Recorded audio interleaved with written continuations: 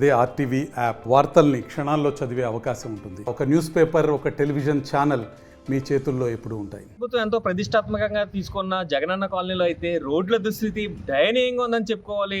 సుమారుగా అరికాలు మునిగిపోయేంత బురద నీటిలో ఇదంతా మనం చూస్తుంది అయితే కనుక ప్రధాన రహదారి ఈ లెవెల్లో ఉందంటే పక్క రోడ్లు ఎలా ఉంటాయనేది ఒకసారి ఆలోచించుకోవచ్చు. కొంతమంది స్థానికులు అయితే వెళ్ళడానికి కూడా ఇబ్బంది పడుతున్న పరిస్థితి ఇక్కడ జగనన్న కాలనీలో కనిపిస్తున్నాయి. ఇదే విధంగా చూసుకున్నట్లయితే మనకి బురద నీటితోటి ఎక్కడ పడితే అక్కడ బైకులు జారిపోతున్నాయి, బైకులు ముందుకెళ్లే పరిస్థితి లేదంటూ కూడా కొంతమంది స్థానికులు ఆవేదన వ్యక్తం చేస్తున్నారు. ఈ నేపథ్యంలో చూసుకుంటే తాత్కాలిక రోడ్లను కూడా ఏర్పాటు చేయట్లేదు అధికారులు అయితే, ప్రభుత్వం అయితే అని కూడా చెప్తున్న పరిస్థితులు ఇక్కడ కనిపిస్తున్నాయి. ఈ నేపథ్యంలో చూడొచ్చు, మనం రోడ్డు అంతా క్లియర్ గా చూడొచ్చు. ఇదేదో పొలం గట్టు పైన ఉండే ఒక సాధారణ మట్టి రోడ్డులా అయితే ఉంది, కానీ ఇదైతే కంకర రోడ్డు కానీ లేకపోతే గ్రావెల్ రోడ్డు అన్నట్లుగా అయితే లేదు. ఇది కాలనీలోకి వెళ్ళే ప్రధాన రహదారి ఈ నేపథ్యంలో ఉంటే ఇక సబ్ రోడ్స్ ఎలా ఉంటాయి అనేది కూడా ఒకసారి ఆలోచించుకోవచ్చు. ఇక్కడ కొంతమంది అయితే స్థానికులు మనతో ఉన్నారు, వారితో మాట్లాడే ప్రయత్నం చేద్దారండి. చెప్పండి, మీ పేరేంటి? నా పేరు లక్ష్మి అండి.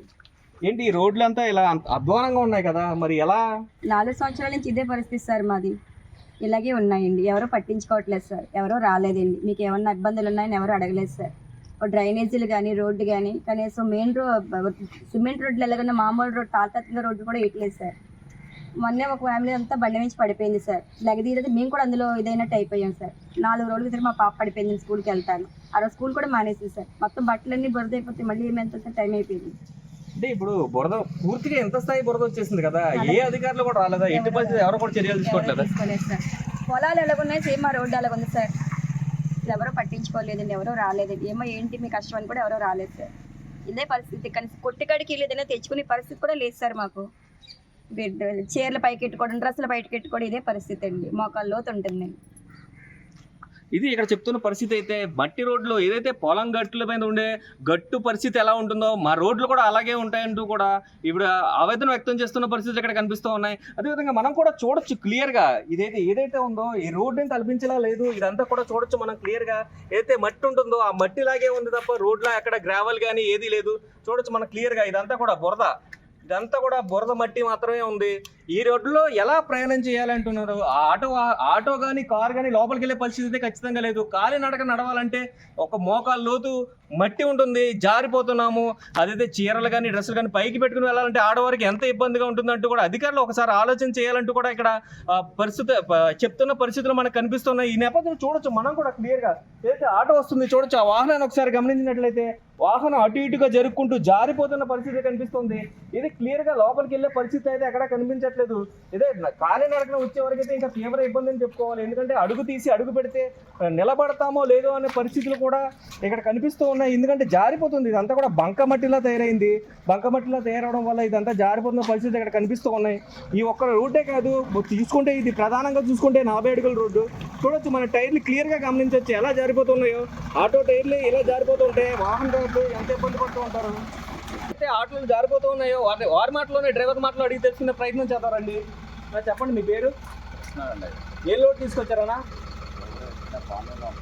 కాలేజీలోనే ఉంటారా? మరి రోడ్లు ఇలా మట్టి రోడ్లు ఉన్నాయి కదా, మరి మీ వాహనం వెళ్తుందా లోపలికి? చాలా కష్టం. ఓపెన్ పడితే కనీసం బైక్ కూడా వెళ్ళండి. 2 నిమిషాలు అంటే పడిపోతారు. ఒక్కడే సింగల్ వెళ్ళాలని చాలా కష్టం. ఇది 4 వీల్ లేదు కాబట్టి అలాగా రాయగలుగుతుంది. కానీ వర్షం వస్తే అసలు నరకం. మరి ఎలాగా ఎవరు పట్టించుకోవట్లేదా? అసలు చెప్తామండి. మన మినిస్టర్ గారు కూడా ఆల్రెడీగా మెసేజ్ తీసుకొని ఉన్నారు.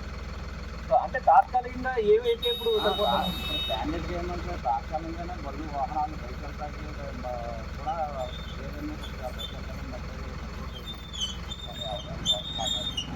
మట్టి కానీ చెట్టు కానీ వేస్తే కొద్దిగా వీలుగా ఉంటుంది అంటారు. తర్వాత ఎక్కువ రోడ్లు అంటే స్టాండర్డ్ కేవలం నడవడానికి పని బైక్ రోడ్డు గట్ట పద్దెనిమిది రావు. అంటే కొంతమంది ఇల్లు కన్స్ట్రక్ట్ చేసుకున్నారు కదా, మరి వారి పరిస్థితి ఏంటంటారు? అలాగే అందుకెత్తున్నాం. మరి ప్రాబ్లం లేదు. రోడ్డు పరిస్థితి మెయిన్ రోడ్డు ఒకటే ఏమన్నా అన్ని రోడ్లు కూడా కాదు, మెయిన్ రోడ్డు ఒకటే రాష్ట్రానికి ఏం కనెక్షన్ లేదు. ప్రతి అసలు బయటకు వెళ్తా కష్టం. ఆడలేదు జాగ్రత్తపడుతున్నాం, మరి కింద జాగ్రత్తపడుతున్నాం. మరి గవర్నమెంట్ ఏమైనా పట్టించుకొని వివరాలు మాకు రాష్ట్రం మధ్యలాగా మార్పు కనీసం కాలినడక సాగించే విధంగా అయినా రోడ్లు వేయాలంటూ కూడా ఇక్కడ స్థానికులు ఆవేదన వ్యక్తం చేస్తున్న పరిస్థితులు ఉన్నాయి. 4-వీలర్ అయితే ఏదో రకంగా వెళ్తుంది, కానీ లోపలికి లోడ్ తెచ్చుకోవాలన్నా, బిల్డింగ్ కన్స్ట్రక్షన్ చేసుకోవాలన్నా, ఇల్లు నిర్మించుకోవడానికి సంబంధించిన మెటీరియల్ తెచ్చుకోవాలన్నా కూడా ఈ పరిస్థితి అంత అధ్వానంగా ఉందని కూడా చెప్తున్న పరిస్థితి కనిపిస్తున్నాయి. చూడొచ్చు మనం ఇక్కడ వెళ్ళడానికి కూడా ఆ 4-వీలర్ కూడా జారిపోతూ ఉంటుంది. అలాగే బైక్స్ వచ్చినా కూడా ఆ పక్క నుంచి రావాల్సిందే తప్ప, ఏదైతే ప్రధాన రహదారి ఉందో ప్రధాన రహదారి ఈ విధంగా ఉన్నట్లయితే ఇక పరిస్థితి ఎలా ఉందనేది ఒకసారి అర్థం చేసుకోవచ్చు. కనీసం మంచినీళ్ళ ట్యాంకర్ కూడా వాళ్ళ వీధిలోకి వచ్చే పరిస్థితులు ఇక్కడ కనిపించట్లేదని చెప్తున్నారు. వారితో మాట్లాడదాం. మరి చెప్పండి, మీ పేరు? మణి అండి. మాకు ఇక్కడ మంచినీళ్ళు ఆ పాయింట్లో కన్నా రమ్మంటున్నారండి, ఆ చివరికన్నా రమ్మంటున్నారండి. మేము వెళ్ళేసరికి నీళ్ళు ఉండలేదండి, నీళ్ళు అయిపోతున్నాయి. మరి ఎక్కడ మేము ఎలాగ ఈ బందల్లోంచి బురదల్లోంచి మేము ఎలాగెళ్ళి తెచ్చుకోండి. ఓ రోడ్ల గురించి పట్టించుకోలేదండి ఎవరు రాలేదండి. మేము తింటున్నామో ఉంటున్నామో, మొన్న నీళ్ళన్నీ వచ్చేసి ఎలా నీళ్ళు మునిగిపోయి చూడండి ఎలాగున్నాం, ఎంత నూతిలో నీళ్ళు ఉన్నామో, ఈ బురదలో, ఈ బందలో, ఈ రోడ్లు. అసలు మమ్మల్ని చూసిన వాళ్ళే లేరండి ఇప్పటికొచ్చి. ఏం చేస్తున్నారు, ఏం మాంటున్నారు, ఏం తింటున్నారో, ఎలాగున్నారని ఎరగాల వచ్చేసిందండి. తెలుసండి, మీ అందరికీ తెలుసు. కానీ ఎవరు కూడా ఇలాగ ఏం చేస్తున్నారో, తిన్నారో, ఉన్నారో ఎవ్వరు మాకు వచ్చిన వాళ్ళు లేరండి, చూసిన వాళ్ళు లేరండి. ఆ మంచినీళ్ళు కూడా పోసిన వాళ్ళు లేరండి. ఆ నీళ్ళు మాకు మోటార్లు ఉన్నాయండి, ఆ మోటార్లో నీళ్ళే తాగుతున్నాం. ఆ మంచినీళ్ళ అబ్బాయి కూడా ఆ చివరికన్నా రమ్మంటున్నాడు, ఈ చివరికన్నా రమ్మంటున్నాడండి. మేము వెళ్ళేసరికి నీళ్ళు కూడా అయిపోతున్నాయండి. అదేవిధంగా చూసుకుంటే ఇక్కడ మీకు మంచినీళ్ళు లేవండి? మంచినీళ్ళు ఉన్నాయండి, తెస్తున్నారు. కానీ ఇక్కడ ఆపమంటే బురదలో బందలో దిగిపోతారు. మున్సిపాలిటీ ట్యాప్స్ లేవండి, ట్యాపులు లేవు, ఈదులు రోడ్లు లేవండి, డ్రైనేజీలు లేవు, ఏమీ లేవండి. ఓ లైట్లు కూడా లేవండి. లైట్లు పోయినా సరే ఎవరో పట్టించుకోలేదాన్ని. కరెంటు లైన్ మీద వస్తారు కదండి రీడింగ్ తీయడానికి. ఆయన అడిగితే మీరు అందరూ కలిపి ఆఫీస్కి వెళ్ళండి, ఒక 100 మంది కలిపో 10 మంది కలిపో అక్కడ పట్టించుకుంటారో, మేము పట్టించుకోమంటున్నాడండి. ట్యాంకర్ ఎందుకు ఆపనంటున్నారండి? ఇక్కడ ఎందుకు ఆపలేదంటే బంద్ గురించి అండి. ఓన్లీ బురద గురించా లేకపోతే ట్యాంకర్ లేదండి, దిగబడతాయని ఆపనంటున్నాడండి. ఇది ఇక్కడ పరిస్థితి అయితే చూసుకోవచ్చు, దయనీయంగా ఉన్నాయి. కనీసం మంచినీళ్ళు ట్రాక్టర్ కూడా వీధిలోకి, అంటే ప్రధాన రహదారిలోకి రాలేకపోతే కనుక సబ్ వీధుల్లోంచి అట్లెట్లు ఎక్కడైతే బురద తక్కువగా ఉంటుందో అక్కడ ఆపి అక్కడికే వచ్చి పట్టుకోమంటే ఈ బురదలోంచి నడుచుకుంటూ వెళ్ళి జారుకుంటూ ఎక్కడ జారిపోతామో, ఏం జరుగుతుందో అనే పరిస్థితులు కూడా కనిపిస్తూ ఉన్నాయి. అయితే ఇక్కడ చూసుకోవచ్చు, ప్రధానంగా డ్రైన్లు లేవు, మున్సిపాలిటీ వాటర్ లైన్ లేదు, మున్సిపాలిటీ వాటర్ సౌకర్యాన్ని కలిగించట్లేదు. ఇదే విధంగా చూసుకున్నట్లయితే వేరే ఇబ్బందులు వర్ణనతీతం అని చెప్పుకోవాలి. కనీసం స్ట్రీట్ లైట్లు కూడా లేకపోయినా సరే, మొన్న ఎర్రకాలం వచ్చింది, మొత్తం అంధకారంలో ఉన్నాము, కనీసం మమ్మల్ని తిన్నామా ఉన్నామా అని పట్టించుకున్నామో లేదు. ఎందుకంటే ఇక్కడ నీళ్ళు రాకపోయినప్పటికీ కూడా బయటికి వెళ్ళి అక్కడి నుంచి కూడా ప్రధాన రహదారికి వెళ్తే ప్రధాన రహదారి పూర్తిగా వరదలో నిండిపోయిన పరిస్థితి కనిపించింది. అక్కడ ఆ వరదలోంచి బయటికి వెళ్ళే పరిస్థితులు లేవు. అలాంటి సమయంలో కాలనీలో ఉన్న వేల మంది ఏమైపోయారంటూ కూడా పట్టించుకున్న నాదుడు లేడంటూ కూడా తీవ్ర ఆవేదన అయితే కాలనీ వాసులు వ్యక్తం చేస్తున్నారు. రోడ్లు ఎలా ఉన్నాయి కదా, మరి ఎలా బతుకుతారు అసలు? మేము చాలాసార్లు చెప్పామండి, ఇక్కడ ఎవరికి చెప్పాలనేది లేదండి. మాకు ఇక్కడ దాకా ఎవరు రావట్లా. కనీసం అటేపు బూడిదేస్తే ఇటేపు బూడిదన్న వేసారనుకోండి, మేము కొంచెం తిరగడానికి ఉంటుంది. స్కూల్ పిల్లలు బండి మీద తీసుకెళ్తే పడిపోతున్నాం, పిల్లలు పడిపోతున్నారు, బ్యాగులు పడిపోతున్నాయి, పాపం చాలా ఇబ్బందులు పడుతున్నాం. మోటార్ సైకిల్ అయితే జారిపోతున్నాయండి. ఈ రోడ్డు అయితే అసలు వెళ్ళడానికి లేదు. ఇప్పుడు ఆ రోడ్డు అయినా వెళ్ళడానికి లేదండి. స్కూల్కి వెళ్ళాలంటే పిల్లలకి ఇబ్బంది, మరి డ్యూటీలు చేసుకోవాలంటే మాకే ఇబ్బంది అండి. మరి దీని మీద గవర్నమెంట్ దృష్టి పెట్టి నాయకులు మాకు ఏదన్నా చేశారనుకోండి, మాకు చాలా సహాయం చేసినట్టు అవుతుంది. వాటర్ ట్యాంక్ అయితే వస్తుంది కదండి, వర్షం వచ్చినప్పుడు రావట్లా. వాటర్ ట్యాంక్ వస్తుందండి మాకు 2 రోజులకు ఒకసారి వస్తుంది. కాకపోతే పొడిగా ఎక్కడైతే ఉందో అక్కడే పెడుతున్నారు. అక్కడికి వచ్చి దూరం ఉన్న వాళ్ళు కూడా తీసుకెళ్ళాల్సి వస్తుంది. కాకపోతే ఇంటింటికి దగ్గర సందుకి రావడం కుదరట్లేదండి. వాళ్ళు కూడా మేము రాలేము ఇంత బురదలో అంటున్నారు. కనీసం రోడ్డు మీద బూడిద వేసారు అనుకోండి, వాటర్ ట్యాంక్ వస్తాం అంటున్నారు. మాకు వాళ్ళు బూడిద వేయట్లేదండి, వేస్తే మేము వస్తాం, ప్రతి సందుకి వచ్చి మీకు వాటర్ అందజేస్తామని వాళ్ళు అంటున్నారు టాటా డ్రైవర్లు అయితే. మాకైతే కనుక ఇక్కడికి వాళ్ళ రోడ్డు ఎక్కడ బాగుందో అక్కడ ఆపేస్తున్నారు, ఆరని కొడుతున్నారు, మేము వెళ్ళి తెచ్చుకోవాల్సి వస్తుంది వాటర్. అదండి ఇబ్బంది. వీధి లైట్లు కూడా చాలాసార్లు కంప్లైంట్ ఇచ్చామండి. పాము పిల్లలు అవి తిరుగుతున్నాయి, ఇక్కడ చిన్నపిల్లలు వాళ్ళు ఉంటున్నారు. అయితే చెప్పాం కానీ దాని మీద ఎవరో స్పందించలేదండి. మరి దయచేసి మీ మీడియా ద్వారా ఇక్కడ కరెంట్ ఆయన చెప్పాం, లైన్ మ్యాన్ అంటే లైన్ మ్యాన్ ఏమంటున్నారంటే, అయినా మేము మున్సిపాలిటీకి అప్పచెప్పేసాం, మున్సిపాలిటీ వాళ్ళు వచ్చి మాకు చూసుకోవాలి అన్నారు. మున్సిపాలిటీకి వస్తానికే వాళ్ళు ఏం స్పందించట్లేదండి, ఎక్కడికి రావట్లేదు. కనీసం ఇక్కడ ఒక చెత్త డబ్బా కూడా పెడతలేదండి. మేమే చెత్త తీసుకెళ్ళి ఇవ్వాల్సి వస్తున్నాం. కనీసం చెత్త డబ్బా పెడితే చాలా మటుకి చెత్త వేసేసి దోమలే వచ్చేస్తున్నాయి, అటంతా చెత్త వేసేస్తున్నారండి. శుద్ధి శుభ్రం ఉండలేదండి ఇక్కడ చెత్త డబ్బాలని. ఒక చెత్త డబ్బా వచ్చి మాకు చెత్త లారీ, వాటర్, కొంచెం బూడిది రోడ్లకి వేసారంటే మీ మీడియా ద్వారా మాకు గవర్నమెంట్కి ఏదో చేసినట్టు అవుతుంది. రోడ్లు ఇలా ఉన్నాయి మరి దారుణంగా, ఎలా బతుకుతున్నారు అసలు?